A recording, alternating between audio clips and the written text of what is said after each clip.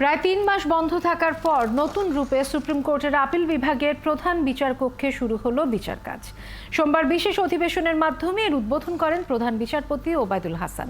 এই উদ্বোধন উপলক্ষে ইতিহাসে প্রথমবারের মতো সর্বোচ্চ আদালতে ১ ঘন্টার জন্য গণমাধ্যমের ক্যামেরা প্রবেশের অনুমতি দেওয়া হয়।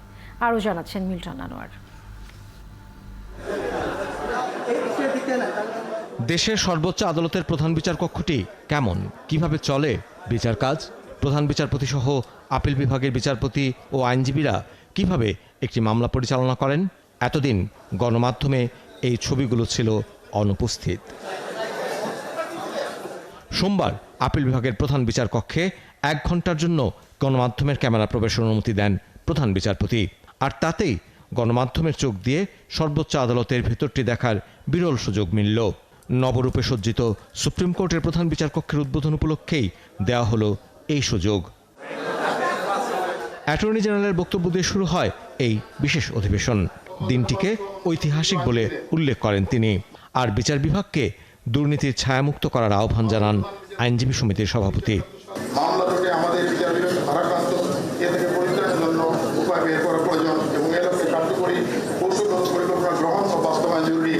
বিচার বিভাগ যত শক্তিশালী হবে, আমরা আইনজীবী শক্তিশালী হবে, দেশের মানুষের নিকট কিন্তু এই বিচার বিভাগ সম্বন্ধে আরো আস্থার সৃষ্টি হবে। বঙ্গবন্ধু হত্যা মামলা থেকে শুরু করে যুদ্ধাপরাধের বিচার, সংবিধান সংশোধনের মতো দেশ পাল্টে দেয়া নানা আইনি সিদ্ধান্তের কেন্দ্র এই আদালত কক্ষ। সেসব উল্লেখ করে প্রধান বিচারপতি বলেন, ভার্চুয়াল সুবিধা সম্পন্ন এই আদালত কক্ষের মাধ্যমে দেশে স্মার্ট বিচার ব্যবস্থা যাত্রা শুরু করলো। আপিল বিভাগের এই কক্ষ আমাদের জাতীয় জীবনে আরো বহু ইতিহাসের সাক্ষী হয়ে আছে। তথ্য প্রযুক্তি ব্যবহার করে ভার্চুয়াল কোর্টের মাধ্যমে বিচার কার্য পরিচালনা করতে এই আদালত এখন সম্পূর্ণ সক্ষম। দেশের আদালত কক্ষগুলোর আধুনিকায়নের জন্য প্রধানমন্ত্রীর নজর কামনা করেন প্রধান বিচারপতি।